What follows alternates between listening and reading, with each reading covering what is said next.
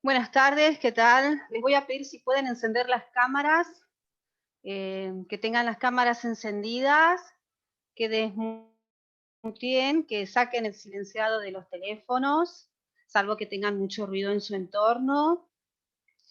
Así, hoy que es la primer clase, nos vamos conociendo. Uy, la mayoría mujeres, casi. El A empoderamiento. ver si alguien más prende cámaras. A ver si Manuel. Marcos, Rodrigo, Felipe, ¿me van a prender cámara? Buenas tardes. Bueno, chicos, bienvenidos a Contratos, Comisión 2.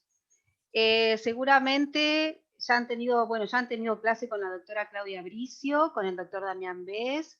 Me presento, yo soy la doctora Florencia Pérez, doctora en Derecho, con tesis en Derecho Ambiental, mediadora, docente de la Facultad de Derecho ya hace 27 años, algunos me habrán tenido en contratos, también estoy en otras materias y en clases de posgrado y de doctorado.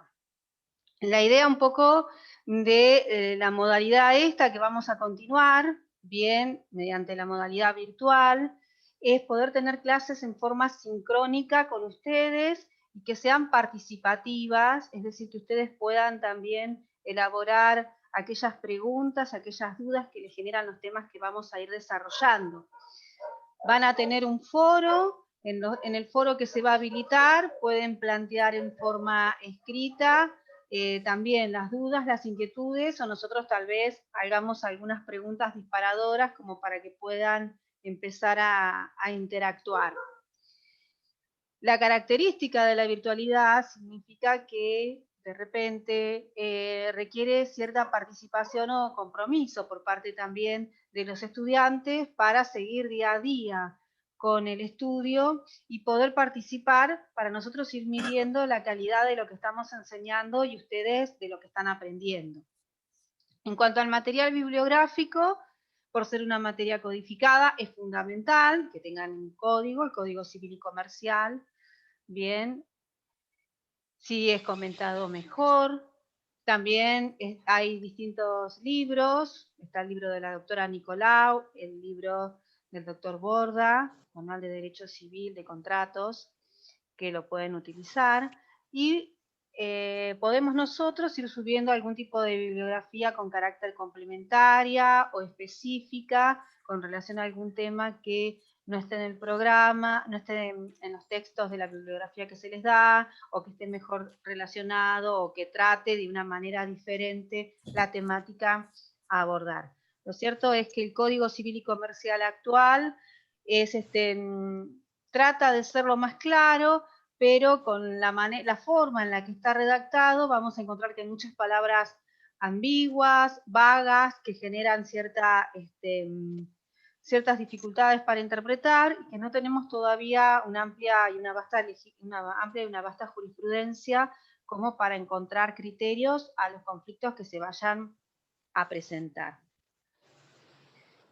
La idea es, yo ahora lo que voy a hacer es compartirles un Power y vamos a empezar a tratar lo que sería la unidad relativa a clasificación. Y la idea es que ustedes, bueno, en todo aquello que tengan preguntas, dudas, inquietudes, mientras que esté desarrollando la clase, pueden preguntarlo, ya sea a través del chat o pueden desmutearse y poder decir, doctora, ¿puedo hacer una pregunta? Y preguntan tranquilamente, no hay problema. Acá es importante, les vuelvo a remarcar, la participación y que interactúen tratándolo de hacer de una manera más similar a lo que sería una clase presencial. Sabemos que no es lo mismo, pero tenemos recursos que, bueno, nos permiten quedarnos en nuestra casa o quedarnos en un lugar y no tener que trasladarnos.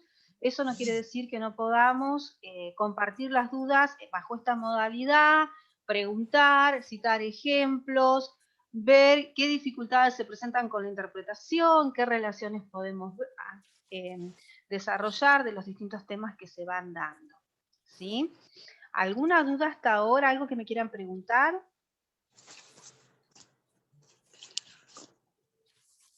No, nada. Bien. Bueno, la mayoría son de acá de Mar del Plata. ¿O alguno es de otra localidad, de Necochea, de Miramar? Yo San soy de Cayetano. Chapadmalal. Bueno, acá Chapadmalal, cerquita. San Cayetano, bien. ¿De alguna otra? ¿Y se han venido acá a Mar del Plata o están en sus localidades, en sus domicilios? No, yo en mi domicilio vivo acá. Yo Claro, en también. Chapadmalal sí, y en San Cayetano también. Se Perfecto. hace un poco difícil ir a Mar del Plata. Yo soy de Necochea. De Necochea. Vos sabés que te miro porque tenés la apariencia muy parecida a un chico que está cursando teoría del derecho. Sos de Necochea, el chico este que está cursando teoría de derecho, ¿saben de dónde es? De Córdoba. De Córdoba, y se vino acá a Mar del Plata. Pero él ya se vino acá, se instaló. Sí. Y encima ya pasó el chivo que tiene una empresa que se dedica a marketing. Le digo, ¿puedo hacer una pregunta? Porque yo tengo una empresa que se dedica a marketing.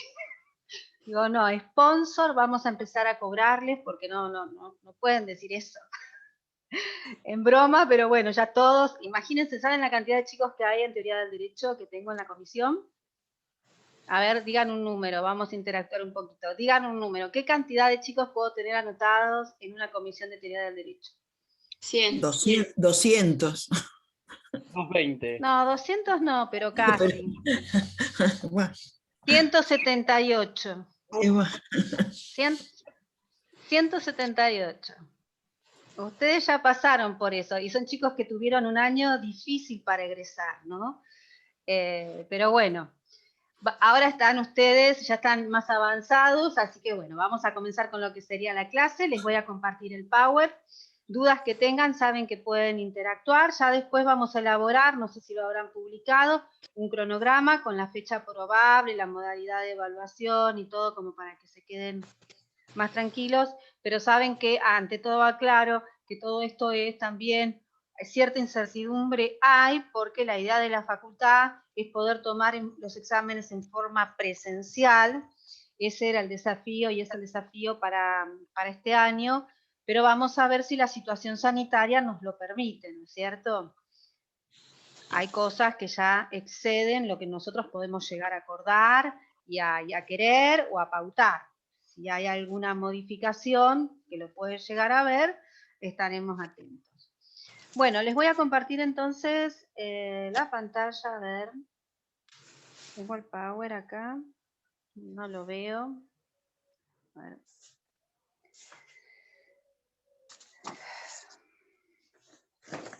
Bueno, vamos a hacer una cosa, yo voy a ver, ¿por qué no lo veo?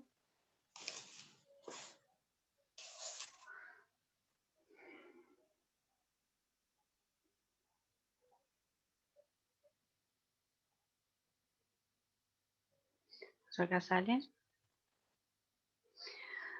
Bueno. Me remite a los archivos. Vamos a ver.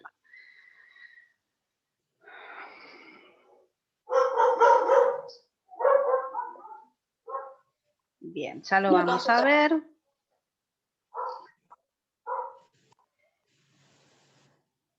Sale como entrecortado, ¿no? Sí. Qué raro, ¿cómo salió? Distinto. A ver. Voy a cerrar. No.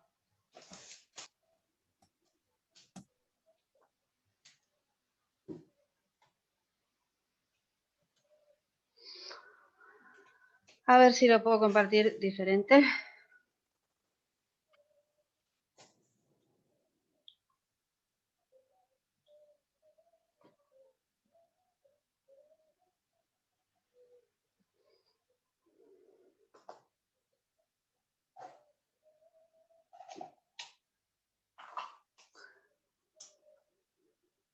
Bueno, no me quiere compartir como yo quiero, parece. Salió distinto desde el comienzo.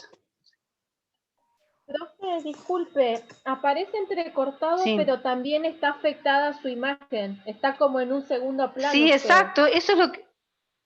Claro, hay como eso es una lo que estoy falla viendo. cuando comparte. A ver.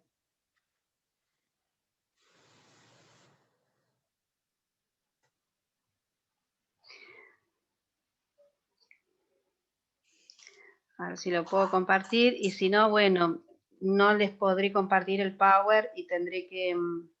Yo una lástima porque para que ustedes tengan mejor...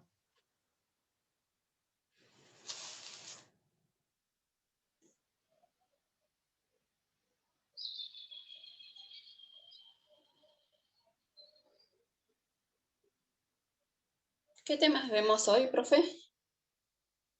Clasificación.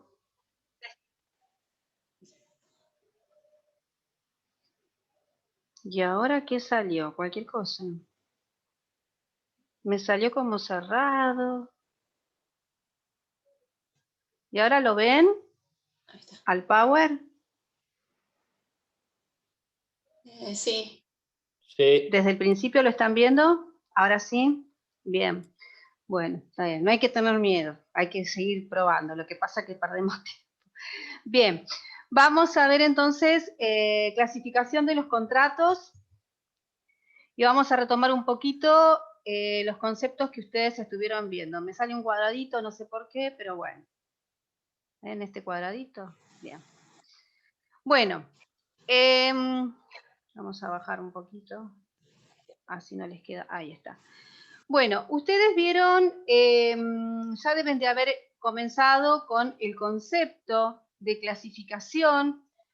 Y nosotros cuando hablamos de contrato, estamos hablando... Recordando que hablamos de un acuerdo de voluntades entre dos o más partes, ¿no es cierto?, destinada a arreglar sus derechos. Hoy también hacemos referencia a esta posibilidad de crear relaciones y vínculos jurídicos. Pero con la característica particular, cuando hablamos de contrato, que es el contenido patrimonial. Si yo me detengo puntualmente, también recuerden que para las clases tener el código, bien, si yo me detengo en el artículo 957, les dice, contrato es el acto jurídico mediante el cual dos o más partes manifiestan su consentimiento para crear, regular, modificar, transferir o extinguir relaciones jurídicas patrimoniales. Es decir, que cuando se refiere al patrimonio, lo establece bajo esta terminología relaciones jurídicas patrimoniales, que tiene que ver con los efectos que produce el contrato. No podemos hablar de contrato si no está esta, valga la redundancia, esta relación jurídica patrimonial. ¿Qué quiere decir? Un acuerdo de voluntades, como sería el de contraer matrimonio, no es un contrato, sino que es una convención. ¿Por qué no es un contrato? Porque no hay un acuerdo bien patrimonial, el de contraer matrimonio. Distinto, alguno me podrá decir, bueno, ¿y qué ocurre con el tema de los bienes? ¿Qué ocurre con cómo se va a regir de ahora en adelante y qué sistema van a optar? Si la de administración, la de bienes gananciales o administración separada. Bueno, eso es otra cosa, ¿bien? Y que será bajo un acuerdo ahí sí sobre de qué manera van a producir efectos esa convención. Pero eso no quiere, ya, alguien quiere preguntar, ya le digo, le doy la palabra, pero no quiere decir que el matrimonio sea un contrato porque no tiene por fin inmediato producir efectos patrimoniales, es decir, la finalidad del matrimonio no sería la de ganar bienes, sino la de unirse a otra persona, principalmente por el afecto y el sentimiento que se tiene. ¿Alguien quería preguntar algo?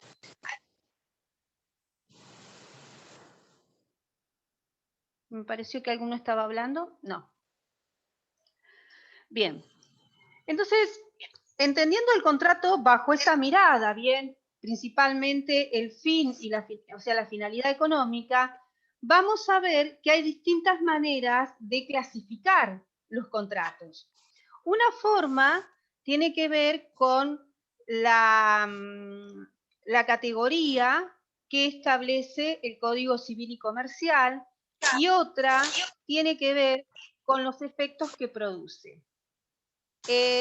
Romy García, te voy a pedir si podés silenciar el micrófono para que no escuchemos. Ahí está, cuando das vueltas a las hojas, no moleste. Bien. Ahora, todo esto de clasificación, que yo lo voy a empezar a desarrollar, les voy a decir una verdad, ¿no? Hace un par de años, muchos años atrás, ya hace 27 años que me recibí, 28, cuando me tocó cursar a mí contratos, no me voy a olvidar nunca, entró un profesor y dijo, bueno, vamos a ver clasificación. Dijo, bueno, tienen los contratos bilaterales, unilaterales, onerosos, gratuitos, conmutativos, aleatorios, instantáneos. Yo decía, sí, bueno, esto es como hablarme de contratos de distintos colores, ¿no? Pero ¿para qué me sirve? ¿Para qué estudiar o analizar estas clasificaciones? ¿Qué quiere decir? ¿Que si un contrato es unilateral, no es gratuito? ¿Qué quiere decir? ¿Que si un contrato es bilateral, va a ser oneroso y va a ser gratuito? ¿O solamente es bilateral y porque es bilateral no es ni oneroso ni gratuito? Entonces, cuando me toca dar esta unidad, ¿no es cierto?, me detengo un poquito y digo, ¿por qué vamos a clasificar? ¿Para qué vamos a clasificar? ¿Qué significa esto de clasificar los contratos? Porque si no es como venir a hablar de los colores que hay en la naturaleza y sin encontrarle ningún sentido, ninguna practicidad. Ustedes van a empezar a estudiar lo que sería parte general. Parte general de contratos. Van a ver que se desarrollan todas las estructuras que tienen que ver con los institutos aplicables a los contratos, ya sea capacidad, requisitos para evitar que el contrato sea declarado nulo, la forma en la que se tiene que hacer el contrato, las causales que se pueden alegar de incumplimiento y las sanciones que hay en forma general ante un incumplimiento, las causales de extinción que puede ser revocación, rescisión, renuncia, resolución, o sea, ¿qué significa cada uno? Entonces, al momento de clasificar los contratos, estamos agrupando determinada categoría de contratos bajo cierto paraguas de clasificación, bajo cierto segmento de clasificación. ¿Y por qué? Porque yo a los que están clasificados bajo determinada categoría les voy a aplicar un instituto jurídico que me va a solucionar los conflictos que se presenten. Y no va a ser lo mismo para los contratos onerosos que para los contratos gratuitos, para los contratos bilaterales, que para los contratos unilaterales. Entonces yo tengo que saber cómo se clasifican los contratos, porque es como una técnica para ustedes poder saber, bueno, a todos los que están bajo esta categoría, bajo esta clasificación, tienen todas estas series de efectos, todas estas series de consecuencias. Entonces, si yo sé que el contrato de compraventa entra en lo que sería un contrato oneroso, ya sé las consecuencias, los institutos, los efectos que le puedo aplicar, que van a ser distintos a los que les voy a aplicar a un contrato gratuito. Entonces, ¿para qué clasificamos? ¿Por qué clasificamos? Para determinar los efectos jurídicos que van a tener determinados contratos. Bien. ¿Para qué más?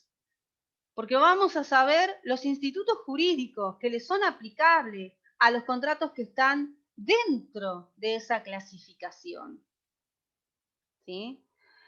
Entonces, esa es la importancia de saber la clasificación, de saber cómo se clasifican, cómo se van agrupando los contratos y las consecuencias que tiene de estar agrupado bajo determinada clasificación. El tema clasificación, ustedes lo tienen tratado a partir del artículo 966 y siguientes. Y tienen, parecería que son poquitos artículos porque uno dice, ah, bueno, vamos a ver clasificación y son 4 artículos. En el 970 estaría todo terminado. Pero en realidad no es así, es mucho más amplio el tema. Es necesario poder analizar, poder desmenuzar las distintas clasificaciones y van a ver que determinadas clasificaciones que están contenidas en el Código Civil y Comercial y otras que surgen de manera implícita. ¿Sí? Bien, vamos a ver entonces las clasificaciones, pero antes vamos a decir lo siguiente. Antes de comenzar. Hay una clasificación que actualmente fue eliminada del nuevo Código Civil y Comercial, y es la clasificación que distingue contratos reales de contratos consensuales. Esto estaba previsto, yo necesito hacerles esta aclaración para que ustedes después entiendan algunas cosas que vamos a hablar. El Código Civil de Vélez Sarsfield, código del año 1871, y que estuvo vigente hasta agosto del 2015. Fíjense la cantidad de años. Se le hizo una importante reforma en el año 68 y después otras reformas, pero ese código, digamos que marcó la existencia de muchos años de la Argentina. 1871 les estoy diciendo a 2015. Hacía una clasificación en contratos consensuales y contratos reales. ¿Qué significa esto? Significa que había contratos que quedaban perfeccionados, quedaban terminados, quedaban ya las partes obligadas por el simple acuerdo de voluntades. Obviamente, ese acuerdo de voluntades se debe plasmar bajo alguna forma escrita, y después veremos esa forma si hay algún requisito de que sea escritura pública o no. Pero ¿qué quiero decir con esto? Hay contrato desde que las partes se ponen de acuerdo y aceptan la oferta que se le hace de contrato. ¿Querés alquilar? Sí. ¿Estás de acuerdo con el precio, las comodidades, el inmueble? Sí. ¿Vas a pagar? Sí. ¿Tenés el dinero? Verifico que es solvente y demás. Sí, bueno. Y ya decidieron, acordaron, bien, llevar adelante ese contrato. En cambio, hay otro tipo de contrato, o había otro tipo de contrato, en donde no alcanzaba el consentimiento, el acuerdo de voluntades. Y Vélez exigía que se entregara, que se entregara la cosa para que a partir de ahí dijéramos que hay contrato. Esa clasificación entre contratos consensuales y contratos reales, ¿qué importancia tenía? O sea, ¿por qué era importante? ¿Por qué era relevante distinguir entre consensuales y reales? Porque ante un incumplimiento, alguien que no... Cuando hablamos de incumplimiento, ¿qué estamos diciendo? Que las obligaciones que tiene que desarrollar una parte no las realiza. Bueno, ante un incumplimiento podíamos reclamar el cumplimiento, podíamos reclamar la resolución, podíamos reclamar algún tipo de responsabilidad, el perjuicio que nos generó ese incumplimiento. Y entonces teníamos que saber, a ver, ¿el contrato es consensual? ¿Hubo acuerdo? ¿O no es consensual? ¿Es real?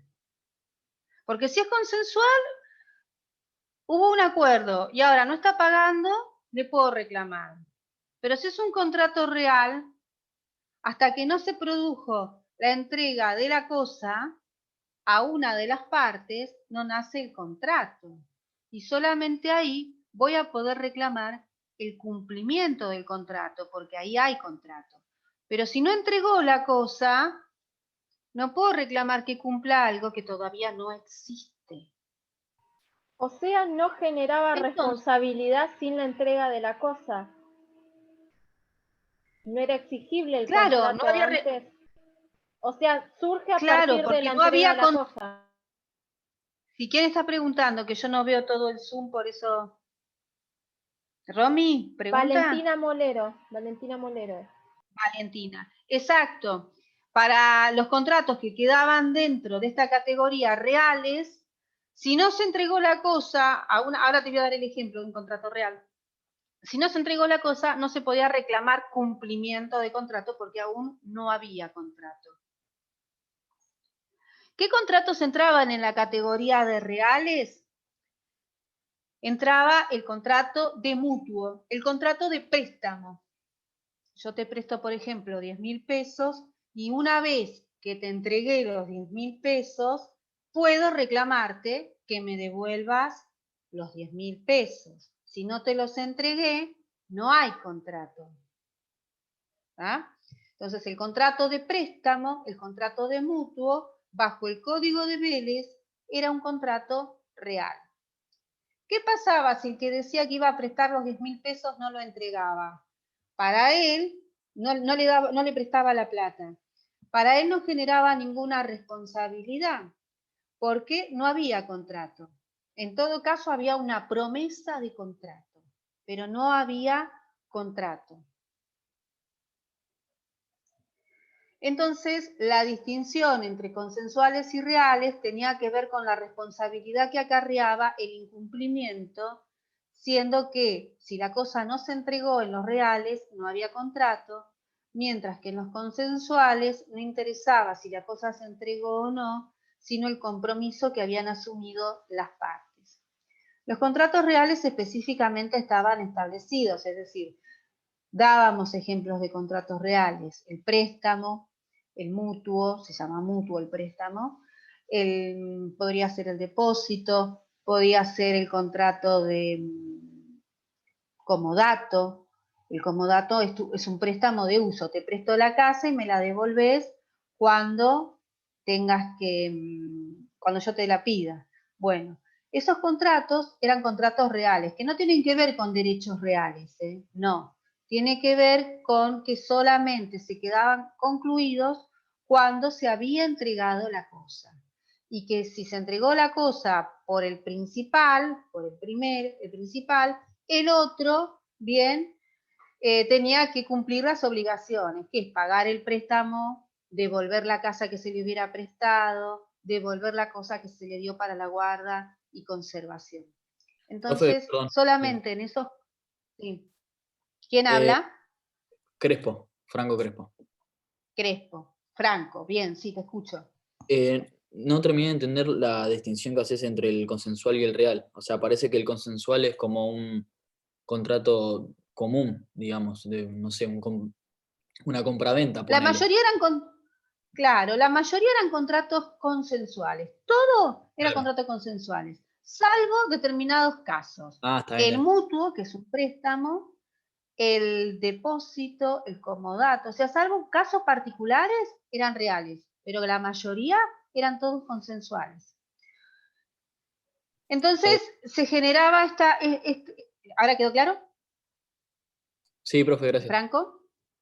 Bueno, porque yo les digo, sí, el contrato de compraventa del inmueble implica la constitución de un derecho real, pero no significa por eso que sea un contrato real, ¿sí? Nada que ver, pues si relacionamos real como derecho real, no. Acá estamos hablando de real en el sentido de que solamente hay contrato una vez que se produce la entrega de la cosa, después veremos.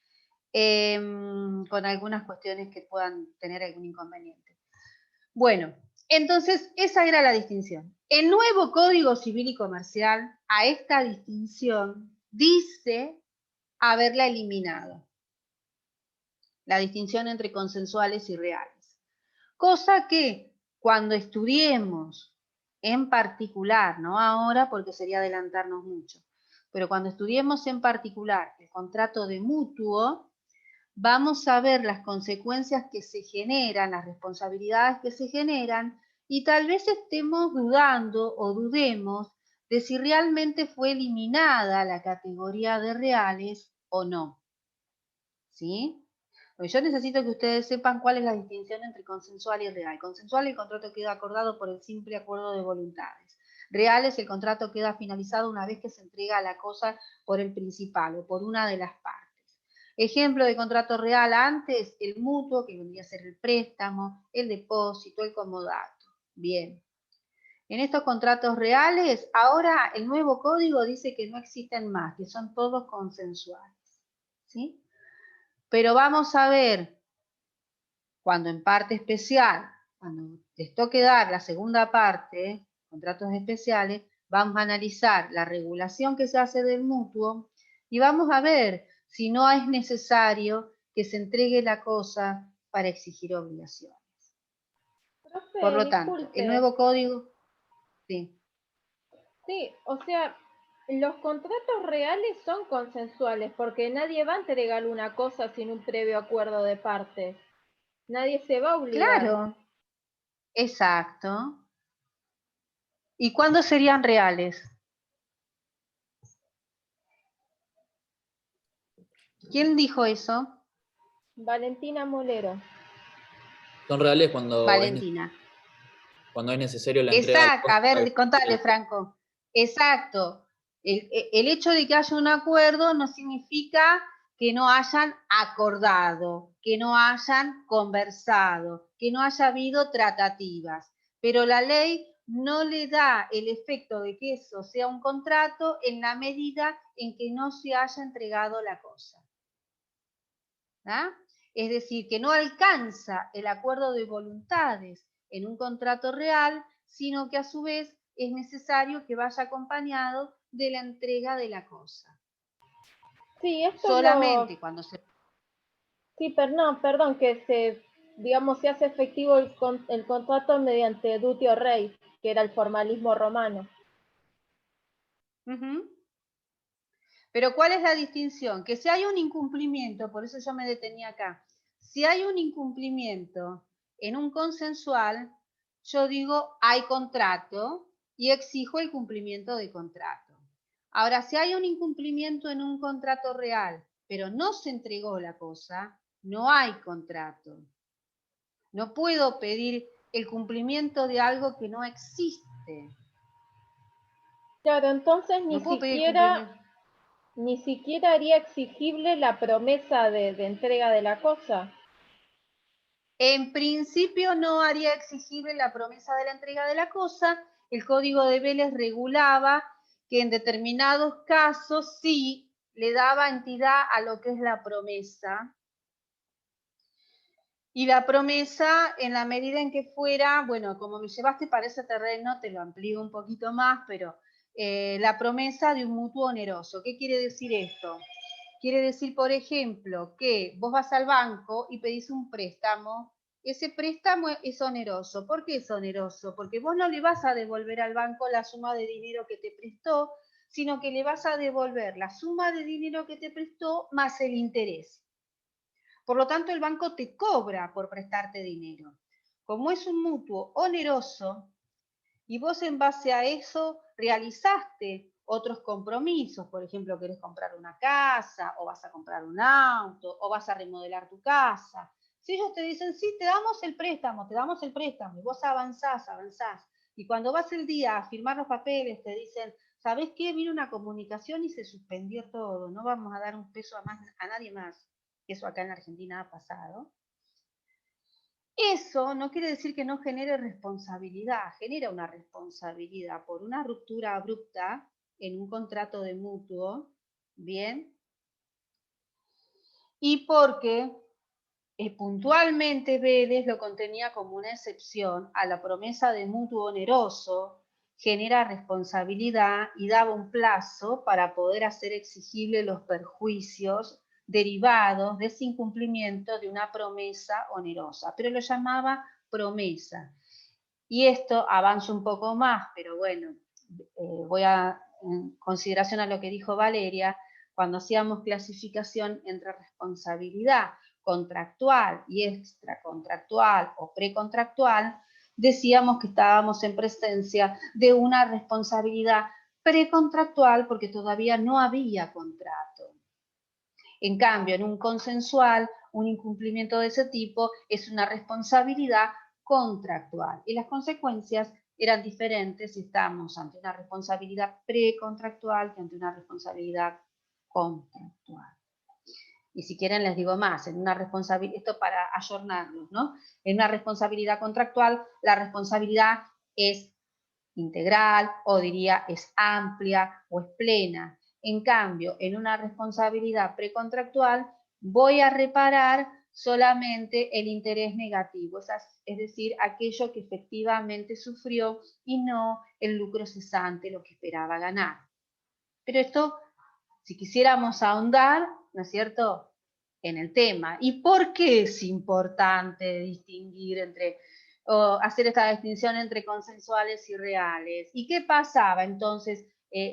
Yo si tenía que tomar examen a un alumno bajo el código anterior, le decía, bueno, ¿y qué distinción hay entre consensuales y reales? Sí, solamente esa distinción, en que en uno es por el simple acuerdo y en el otro a su vez necesito que me entreguen la cosa para decir que hay contrato. No, porque hay otras diferencias. ¿Qué pasa con la responsabilidad? Y ahí se quedaban pensando. Y en ambos casos es una responsabilidad. Sí, ¿qué tipo de responsabilidad es? Y contractual. ¿Estás seguro que es una responsabilidad contractual en un contrato real cuando hay un incumplimiento del principal? Sí, sí, porque es un contrato. ¿Estás seguro? Porque entonces no entendiste nada. Ay, no, es precontractual. ¿Y por qué es precontractual? A ver, contame. Bueno, yo como para que usted, bien, obviamente, ahora el código nuevo no hace esta distinción. No nos vamos a detener a ser tan puntillosos. Está bueno saber cuáles serán las consecuencias, porque yo en este momento no lo voy a hacer porque es amplia la clasificación que tenemos que estudiar, pero si ustedes se ponen a leer la regulación en parte especial del contrato de mutuo, que lo van a ver cuando vean parte especial después del primer parcial, van a ver que hay consecuencias y las consecuencias que se generan distinguen según, o sea, qué pasa si se entrega el dinero, qué pasa si no se entrega el préstamo, qué responsabilidades se generan. Entonces, hay quienes han empezado a escribir. ¿Por qué? Porque ¿cuál es en sí el amor de ser abogados? A ver, hay quienes les gusta la poesía, la novela, la literatura, y hay quienes les o no gusta el derecho. Ustedes ahora están en la Facultad de Derecho y lo primero que hacen es aprender, algunos, a recitar o a explicar lo que dice el Código Civil y Comercial. Bien. Pero ser abogado no es quedarse con la letra muerta del Código Civil y Comercial, sino hacerle decir al código cosas que no dice, interpretándolo de una manera que puede llevar a la duda si realmente dice eso o no lo dice. No digo que reciten mal el Código Civil y Comercial, pero cuando me pongo a explicar y pongo en tensión cómo está escrito, cómo está redactado el articulado, y digo, no habrá querido decir esto en vez de decir lo otro, no buscará esta finalidad en vez de buscar esta finalidad. ¿Y por qué digo que solamente tiene derecho a esto cuando podría tener además derecho a esto otro? Y entonces estoy abriendo un abanico de posibilidades que según en qué situación esté mi cliente, que tengo que defender, o en qué situación se encuentre la otra parte, y cómo argumente, y cómo presente la prueba, y cómo le haga ver al juez lo que estoy queriendo decir, que entiendo que dice el artículo y que así se debería considerar, puedo hacer la diferencia entre ganar y perder un juicio. ¿No? O el día de mañana pueden ser estudiosos del derecho, pueden ser doctrinarios, pueden ser investigadores y dedicarse a escribir, ¿no es cierto?, con relación a cómo está legislado nuestro derecho, las falencias, los vacíos que encuentran, las contradicciones normativas, y a partir de ahí, bueno, ¿qué mirada le podemos dar al derecho en función a la redacción que se ha realizado? Hay un montón de artículos, por ejemplo, que hablan de duda razonable. Bueno, ¿y qué se entiende por duda y qué se entiende por razonable? ¿Razonable para quién? ¿En qué momento y en qué tiempo? Entonces, no es todo tan claro, o sea, la primera aproximación que se tiene con el derecho es cómo está codificado, después cómo lo interpretamos y qué problemas encontramos al momento de interpretarlo y cómo de eso podemos llegar a tener una mirada, una perspectiva diferente del derecho. Bueno, ¿sí alguien quería preguntar algo? Me pareció que alguien dijo profe por eso. Bueno, entonces vamos a ver la clasificación, el nuevo criterio, ¿sí? Pero esto lo dejamos ahí en un costadito porque en algún momento vamos a volver y yo necesitaba hacerles esa aclaración entre consensuales y reales y el tipo de lo que acarrea, lo que implica. Bueno, vamos a hacer la distinción. ¿Qué clasificación nos trae el Código Civil y Comercial? Las clasificaciones a las que alude son contratos unilaterales y bilaterales, que ya se los voy a explicar, onerosos y gratuitos, conmutativos y aleatorios, nominados, innominados, formales y no formales. Recuerden que a partir del 966 del Código Civil y Comercial comienza la regulación en cuanto a clasificación. Bien, vamos a comenzar entonces a explicar estas clasificaciones. Hago la aclaración para que no les pase como me pasó a mí cuando era estudiante. ¿Qué quiere decir esto? Que puede haber un contrato bilateral que a su vez sea oneroso, que puede ser aleatorio, puede ser nominado y puede ser formal. Lo que no va a poder ser nunca es unilateral y bilateral, porque o es unilateral o es bilateral, o es oneroso o es gratuito. Es decir, estas se excluyen, las otras se pueden combinar bien en estas clasificaciones. Cuando hablamos de un contrato unilateral, estamos queriendo decir que los efectos, es decir, las obligaciones recaen sobre una sola de las partes. Eso no quiere decir, ojo, no quiere decir que el contrato sea un acto jurídico unilateral, porque el contrato es un acto jurídico bilateral. ¿Por qué bilateral? Porque necesitamos dos partes, necesitamos un acuerdo de voluntades, pero si solamente va a quedar obligado una persona, en ese caso vamos a decir que el contrato es unilateral, es decir, esta clasificación, habiéndole yo explicado la diferencia entre contratos consensuales y reales, tenía razón de ser más que nada cuando hablábamos de los contratos reales, el tema del préstamo. Una vez que se entregó los 10.000 pesos, ¿quién está obligado? El otro a pagar mensualmente, periódicamente, la cuota del préstamo. El que entregó el dinero tiene alguna obligación que sea principal y la única obligación que tiene, que sea accesoria, va a ser ¿cuál? La de liberar al deudor una vez que haya cancelado. Pero en sí, la obligación que queda es a cargo de una de las partes, que es el deudor, de cumplir. Profe, por ejemplo, Eh, en una donación, ponele que hay dos partes, pero en realidad es unilateral porque la responsabilidad es solamente del que da la cosa, ¿no? ¿Puede ser el caso o no? Claro, en la donación, en la medida en que sea una donación sin cargo, es decir, Claro. una donación que no crea condiciones accesorias para el beneficiario, te voy a regalar el auto y se lo dona el auto, no hay ninguna obligación por parte del donatario. Entonces, sería un contrato unilateral. Ustedes me van a decir, ¿y es consensual, doctora? Y sí, es consensual. Y yo me pregunto y me repregunto todo el tiempo, como verán, parezco. ¿Y es consensual? Sí, es consensual. ¿Y saben por qué decimos que es consensual? Porque la persona, y gracias por el ejemplo que me acercaste, Franco, ¿fue el que lo dijo? Sí, profe. ¿De la donación? Bien, Franco. Porque en la donación, si el donante no quiere entregar la cosa, como ya firmó, ya acordó la donación, el donatario, que es el beneficiario, puede demandar a que le entregue la cosa. Puede exigir el cumplimiento de la donación, a tal punto que tiene una acción reivindicatoria para quitarle la cosa porque el donatario es el propietario. Así que decimos que es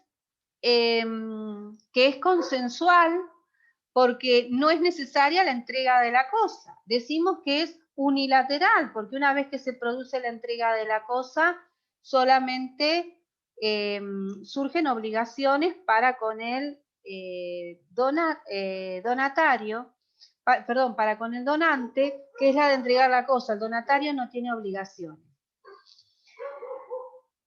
Bien, y decimos que es consensual también, porque no hay donación mientras que el donatario no acepta la donación. O sea, el beneficiario tiene que aceptar lo que se le va a donar, si no, no hay donación. Bien, entonces tenemos contrato unilateral, es aquel que produce efectos, crea obligaciones para una sola de las partes. En los bilaterales, en cambio, se generan obligaciones recíprocas. ¿Qué contrato podemos hablar de contrato bilateral? La compraventa. Compraventa de inmuebles, podemos pensar, te entrego la cosa, me pagas el precio, compraventa de una cosa mueble. El contrato de compraventa es bilateral. El contrato de locación también es bilateral. Una parte entrega el uso y goce de una cosa, de la propiedad, y el otro se obliga a pagar periódicamente. En ese caso, hablamos también de contrato bilateral. No sé si alguno tiene por ahí el código para leer el artículo 266 y ver la clasificación, cómo lo define el código y si encontramos alguna particularidad como para remarcar. ¿Quién lo quiere leer? Yo lo leo, profe, si querés. Bien, ¿quién dice? ¿María? Jazmín, sí. Jazmín, bien. 266. Sí. Perfecto. 966. Ah, bien. Nada que ver.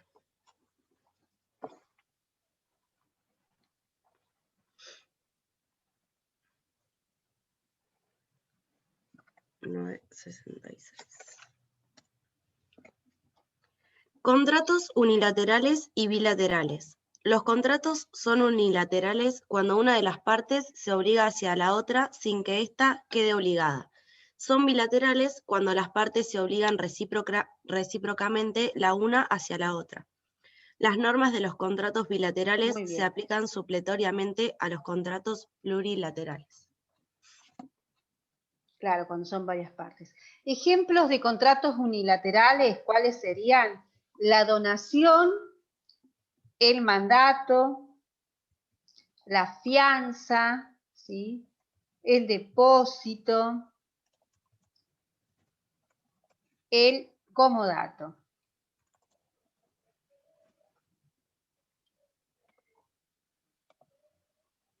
Bien.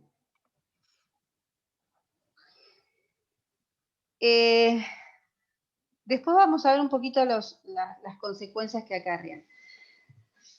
Otra clasificación que tiene, ¿alguna duda hasta acá con esta? No. ¿Esta clasificación? No merece análisis, no merece. Sí. Quería preguntarle, en cuanto a lo que es donación, si es unilateral, pero también necesitas la voluntad de la otra parte de recibir el objeto, la cosa. ¿No sería bilateral la donación? Sí, pero esa... Claro, no, porque esa voluntad tiene que ver con el consentimiento, tiene que ver con el querer recibir. Y esa voluntad, ese querer recibir, no es una obligación, sino que es acuerdo, es consentimiento. Por lo tanto, hay un solo obligado, que es el que dona, que tiene que entregar. El otro acepta o rechaza, pero eso forma parte del elemento consentimiento, que es el elemento esencial sin el cual no hay contrato. Entonces, como el otro aceptó, si el otro aceptó, que es la voluntad, hay un contrato, y como hay contrato, hay que cumplirlo. Bien, ¿y quién tiene que cumplirlo? El donante. Una vez que entrega la cosa, el donatario, el beneficiario, ¿tiene alguna obligación? No, ninguna. Bien. ¿Mm? Esa no tiene obligación de aceptarla, puede rechazarla, por lo tanto, el consentimiento no es un elemento obligacional. ¿Mm? La aceptación no es una obligación, es como la palabra lo indica, es una voluntad, es manifestación de voluntad. Bueno, otra clasificación que tenemos es entre onerosos y gratuitos. Cuando hablamos de contratos onerosos, estamos diciendo que hay una contraprestación, bien, un sacrificio económico, una contraprestación, bajo esa condición, bajo ese cumplimiento, se va a tener, ¿no es cierto?, esa ventaja, ese bien, ese derecho, esa cosa. Yo sé que pagando 5.000 pesos tengo una campera de verano. Bueno, entonces es oneroso, ¿por qué? Porque tengo que entregar esa suma de dinero para poder tener derecho a esa cosa. En el contrato gratuito, en cambio, se recibe una ventaja, un beneficio, sin realizar una contraprestación económica, sin un sacrificio económico. Por lo tanto, se recibe algo que lo va a beneficiar a una de las partes, pero sin haber hecho, ¿no es cierto?, ninguna contraprestación. Por eso ustedes van a ver, si entendieron esto, en los onerosos hay contraprestación, y en el gratuito no habría contraprestación, sino que no hay una retribución para obtener un beneficio o un derecho. Van a ver que los contratos bilaterales, que hablamos de obligaciones entre dos partes, generalmente son contratos onerosos, y de que los contratos unilaterales generalmente son gratuitos. Bien, entonces es factible que se dé esa combinación. ¿Y qué consecuencias vamos a tener en los contratos onerosos? ¿Qué diferencia un contrato oneroso de un contrato gratuito cuando lo empecemos a estudiar en parte general y empecemos a ver, bueno, los institutos que se aplican, las regulaciones, las normativas? Bueno, en el contrato oneroso se puede dar lo que llamábamos antes la teoría de la imprevisión. Hoy puede ser imprevisibilidad, que se lo conozca bajo ese nombre. ¿Y qué quiere decir? Quiere decir que si una contraprestación se torna excesivamente onerosa por un acontecimiento extraordinario, ¿qué quiere decir? Por algo ajeno a las partes, se podrá pedir la resolución o la modificación equitativa de las contraprestaciones. Por ejemplo, imaginemos que contratamos en dólares, que el dólar, cuando salió de la convertibilidad, ustedes seguramente eran chicos en esa época, muchos, tal vez algunos ni habían nacido, pero bueno, cuando salió de la convertibilidad, tuvo un incremento importante. Entonces, esas obligaciones en moneda extranjera, que no tenían la culpa a las partes, porque ellos no habían hecho que la situación fuera de imposible cumplimiento, hace que se pueda solicitar, bien, ante una situación así extraordinaria, que viene después de firmarse el contrato, sobreviniente, bien, que torna excesivamente onerosa la prestación, se puede solicitar, ¿no es cierto?, un reajuste equitativo o la resolución del contrato. Esto no lo podríamos plantear por ejemplo, en un contrato gratuito. ¿Me siguen hasta ahí? ¿Alguna duda hasta ahí? Porque ahora les voy a decir algo que los va a confundir. ¿Alguna duda hasta ahí? No. Bueno, hay quienes, no obstante esto, han escrito, bien, esto es lo normal, está bien así, pero hay quienes han escrito y han imaginado que en alguna situación particular una persona, por ejemplo, podría invocar, por eso les digo, fíjense en que el derecho, lo que es el derecho y lo que hacemos los estudiosos de derecho. Bueno, se han presentado ponencias y se ha escrito pensando en que alguien podría alegar la teoría de la imprevisión pensando, yo te iba a donar la casa, ¿no? Contrato gratuito. Pero ante la situación económica actual que estamos viviendo, donar la casa me pondría en una situación realmente desventajosa. Y por lo tanto, dicen que podría llegar a alegar, a pedir la teoría de la imprevisión, aunque estemos en presencia de un contrato gratuito. Esto que yo les digo es una ponencia, es alguien que está escribiendo o un conjunto o a determinadas personas que piensan que se podría pensar en la aplicación de la teoría de la imprevisión en los contratos gratuitos. Lo cierto es que hoy por hoy y siempre la tuvimos regulada para los contratos onerosos, no para los gratuitos. Pero ya hay cierta tendencia a querer que los gratuitos puedan estar incluidos. Se los comento como para que lo sepan, pero si tuvieran una pregunta de examen, bueno, un parcial, desde ya que a los contratos onerosos se le aplica la teoría de la imprevisión o la imprevisibilidad, no así a los contratos gratuitos. Esto yo se los comento.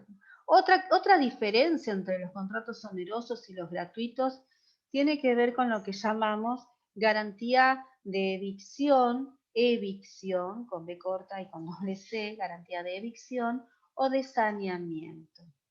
Esa garantía solamente se puede plantear en principio en los contratos onerosos, es decir, si a mí me venden una casa y esa casa, la persona que me la vendió es producto de una estafa y luego viene alguien y me reclama la casa porque era una estafa lo que hicieron y me la vendieron a mí y no me la podían vender, yo voy a poder ir contra aquella persona que me vendió la casa precisamente porque gasté dinero, pagué y obviamente se vio perjudicado mi patrimonio. Eso se Siempre llama, que por hayas ejemplo, actuado garantía de buena fe, ¿no, profe? Porque si de no, buena fe. Exacto. Yo haciendo una síntesis, porque ya van a ver todos los efectos estos, pero para que vean por qué la importancia de distinguir entre onerosos y gratuitos. Lo mismo pasa si ustedes se compran un par de zapatillas y a la semana se les rompe, bueno, podrían ir con la boleta que compraron, con la factura y hacer el reclamo. O si compran un celular, una computadora y se les rompe, en forma inmediata ustedes van a ir a hacer el reclamo. Ahora, si les regalan algo, les regalan el celular, la computadora, las zapatillas y se les rompe,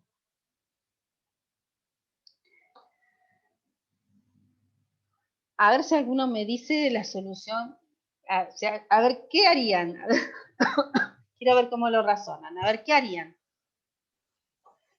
Se lo regalan. Es gratuito. Sí, pero si es nuevo, le pediría la boleta a la persona que me lo regaló, iría yo a reclamar a la empresa o al lugar que se ¿Quién lo lo vendió. dijo eso? Romina. Bien, ¿quién lo dijo ahí? Romina. Muy bien, Romina. Eso es lo que dice la ley. No podríamos hacer responsable a quien, al que tuvo esa atención, por así decirlo, de donártelo, pero eso no quiere decir que no podamos reclamar de aquel de quien adquirió el que te lo donó. Bien. Y en ese caso, ahora te voy a hacer un poquito, a ver vos qué opinás. Pero esto es como si estuviéramos jugando, nada más. A ver, en esa situación, lo estaríamos haciendo responsable, porque vos me decís, le pido la boleta y voy y le reclamo, ¿no? Parafraseándote un poco como toda mediadora que soy mediadora.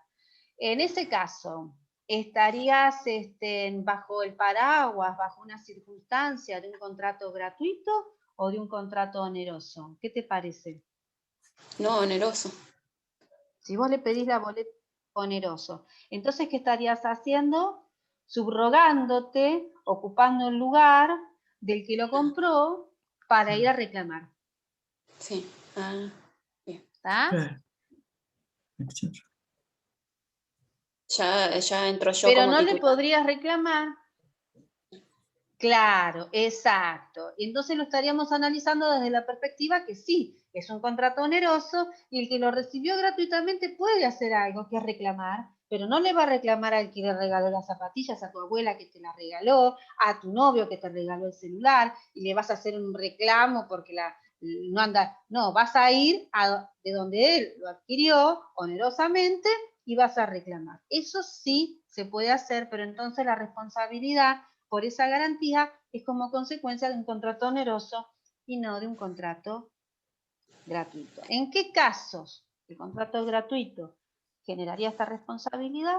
En la medida en que lo hayamos acordado. Es decir, yo te regalo esto, pero si tenés algún problema, me hago responsable.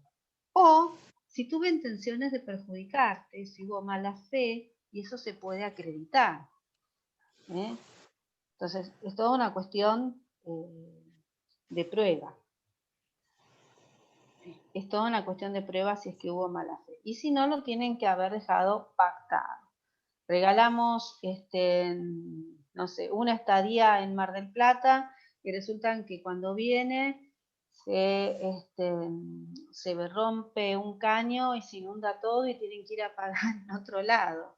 Bueno, vos, ese regalo que se decidió hacer era con garantía, asumían algún compromiso, ahí se produjo un perjuicio, sabías que estaba el departamento con estos inconvenientes, o sea,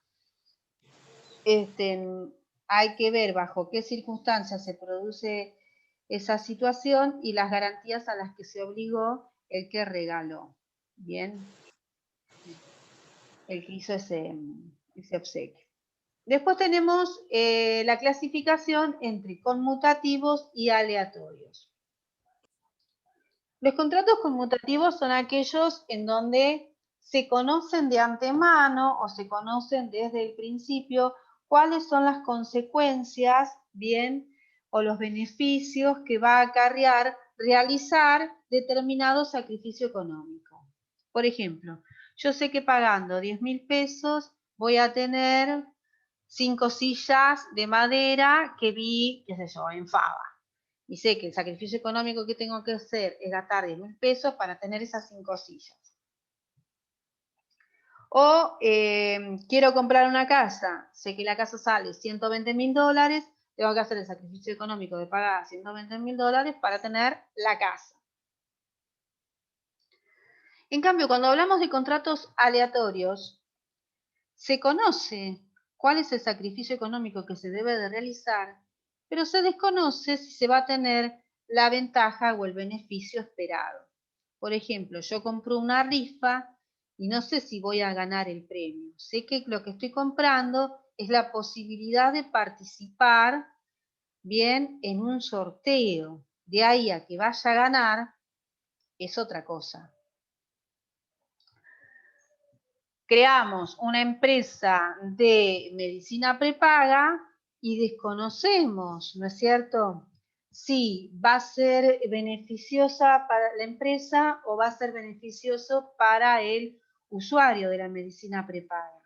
Porque resulta que la persona que paga está pagando 2.000 pesos por mes y bueno, es joven, pero resulta que tiene un accidente y como consecuencia del accidente, ahora todas las coberturas que hay que darle tienen un valor promedio de 100.000, 150.000 pesos. Entonces, ¿fue ventajoso para quién ese contrato?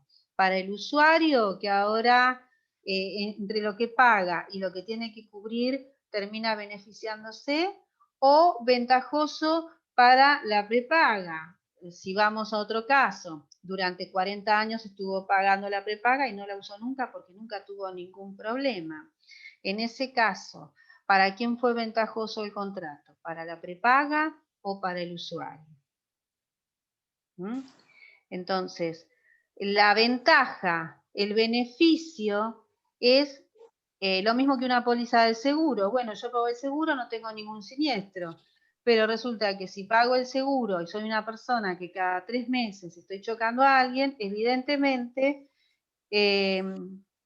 bueno, termina beneficiándose el usuario antes que la compañía aseguradora, ¿no? Que está pagando el siniestro si es que lo paga, porque cada vez son más reacias a liquidar los siniestros.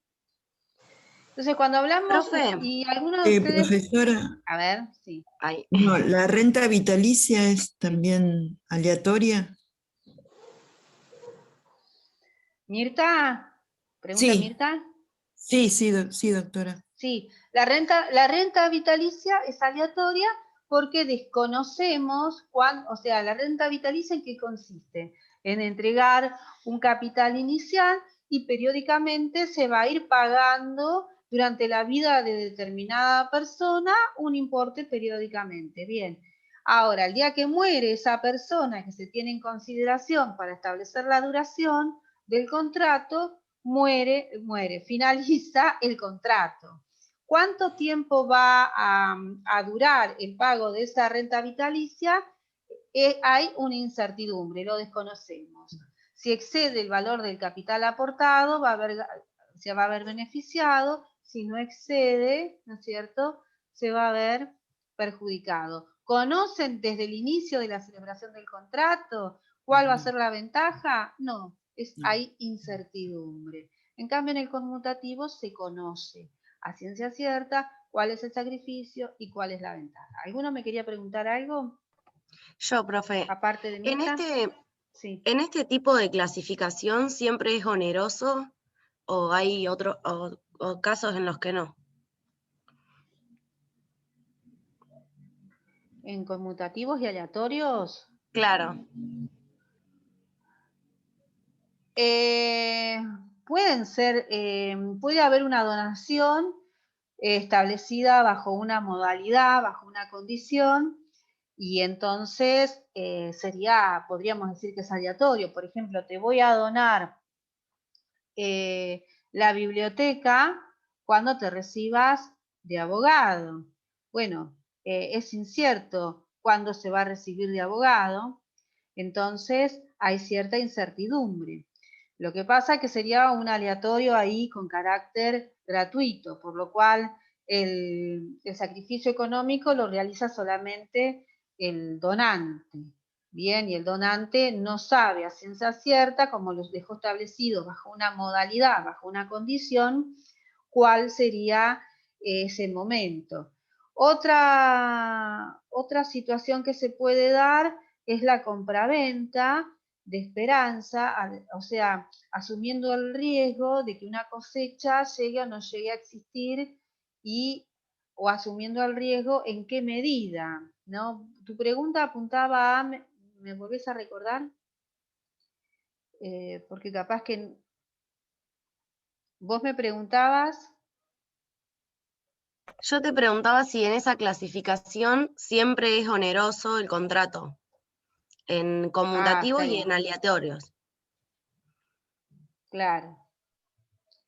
Sí, no, se podría dar la situación de contratos gratuitos. Por ejemplo, te regalo una rifa y te regalé la rifa y sigue siendo aleatorio. Bien, está buena la acotación porque si solamente lo analizamos desde aleatoriedad, porque sé qué sacrificio tengo que realizar en función de la ventaja, hay casos donde no se realiza un sacrificio. Bueno, yo lo establezco. Sí, así el código y creo que sigue utilizando la misma legislación, la misma técnica, las mismas palabras, pero no voy a olvidar los chicos cuando se iban de viaje de egresados que las compañías les daban, bueno, vendan rifas y capaz que algún padre se gana y les regalaban las rifas para que vendan rifas y por ahí se podían ganar un auto, pero tenía que coincidir toda la numeración por la lotería de no sé qué día.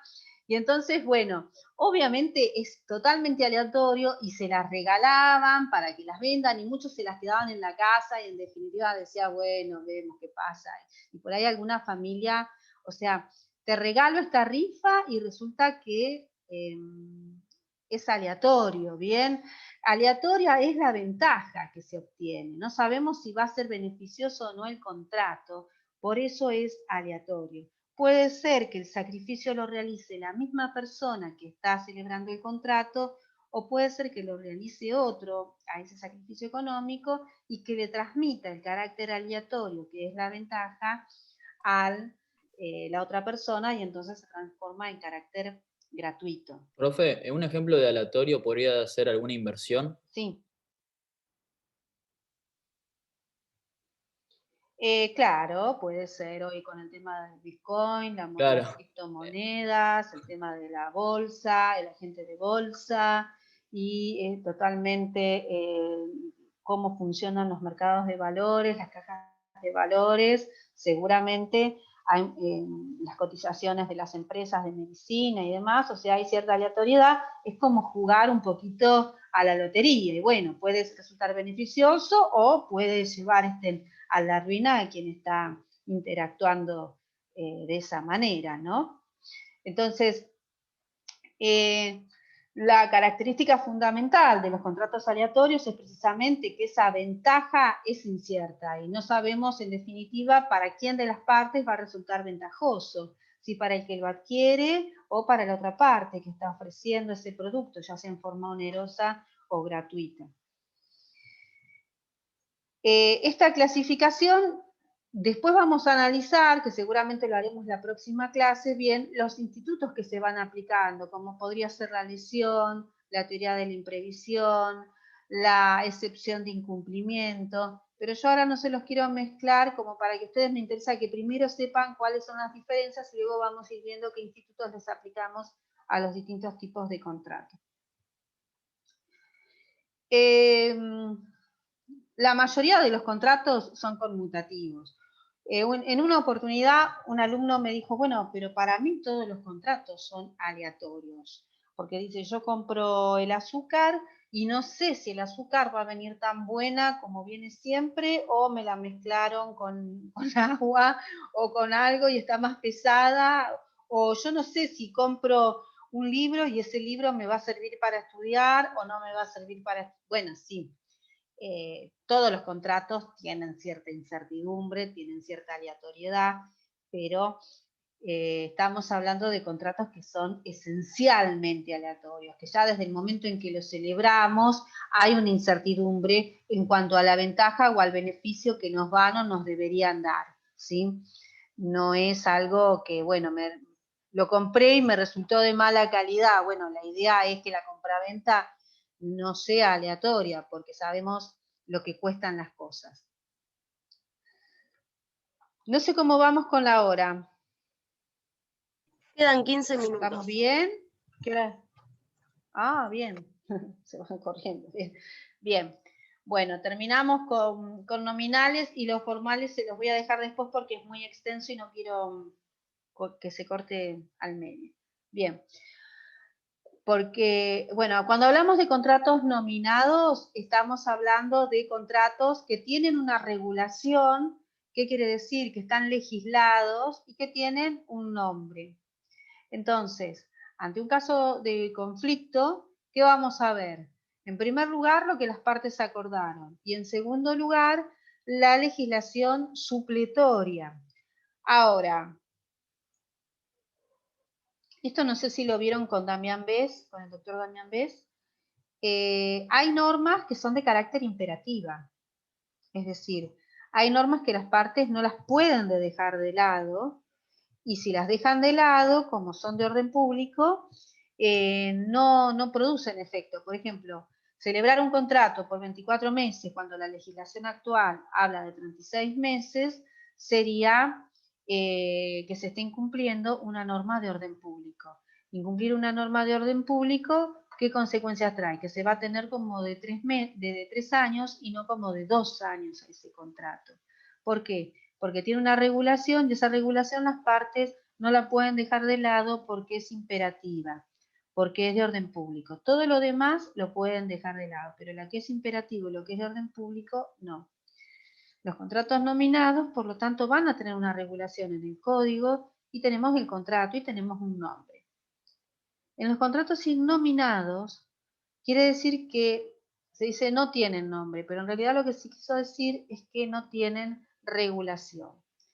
Esta falta de regulación también se la conoce con el nombre de que son contratos atípicos, es decir, contratos que no tienen una regulación expresa. Al no tener una regulación expresa, las normas que le vamos a aplicar va a ser, en primer lugar, el contrato que celebraron entre las partes, en segundo lugar, la parte general de contratos y la parte que tenga que ver, y la normativa que mayor semejanza tenga con el contrato que celebraron, es decir, aquella por analogía. Obviamente los usos y costumbres van a ocupar un lugar fundamental, es decir, primero vamos a estar a lo que las partes acordaron, segundo a los usos y costumbres, tercero, bueno, si es algo de carácter general que tiene que ver con la capacidad, está legislado. Ahora, si es con algo especial, vamos a ver con el contrato que mayor semejanza tenga, es decir, vamos a recurrir a la analogía. Entonces, esto que yo les estoy diciendo tiene que ver con que un contrato que es atípico, es decir, un contrato que no tiene regulación, un contrato que no tiene nombre, ¿qué va a tener? Va a tener una regulación que le da la sociedad. Y decimos que tienen tipicidad social, que está dada, ¿por qué? Por los usos y costumbres. Doctora, ¿Sí? Mirta, en los usos y costumbres tienen que ser las del lugar de celebración, ¿no? ¿O puede ser? En realidad, tenemos que ver qué tipo de contrato es, porque podemos distinguir un contrato internacional o un contrato a nivel local. Si es un contrato internacional, bueno, vamos a estar con el del lugar de celebración. Ahora, si estamos hablando de algo que realizamos a nivel local, vamos a estar con el del lugar de cumplimiento, ¿sí? Bien. Entonces, tenemos distintas clasificaciones y a estas clasificaciones lo que vamos a ver en la clase que viene, bueno, va a ser formales y no formales, y lo que vamos a ver en la clase que viene es los institutos como la teoría de la imprevisión, la lesión subjetiva, la excepción de incumplimiento, cómo juegan en los contratos unilaterales, onerosos, conmutativos, nominados. Y los formales, ¿qué es lo importante? ¡Ay, tenemos un lindo perrito! Me encantan. Y en los nominados, no, en los formales, ¿cuál es la importancia? Es que vamos a ver que se tiene que cumplir con la forma establecida y hay casos donde la forma es a los efectos de la validez. Pero como requiere toda una explicación que va en conjunto con el tema prueba, no quiero adelantarme ahora porque los dejaría en forma trunca, les cortaría, por así decir, la explicación por la finalización de la clase. Yo lo que voy a hacer es subirles el PowerPoint, voy a pedir al centro de estudiantes que ni bien esté la grabación, poder compartirles el enlace en el campus y voy a dejar una lectura complementaria sobre la distinción entre contratos discrecionales, contratos paritarios, ¿sí? Que tiene que ver con la modalidad de negociación de los contratos. Contratos de consumo, ¿sí? Vamos, les voy a dejar una lectura complementaria.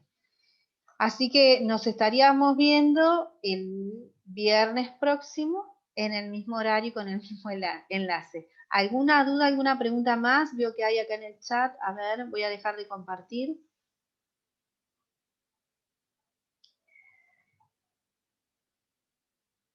Ajá.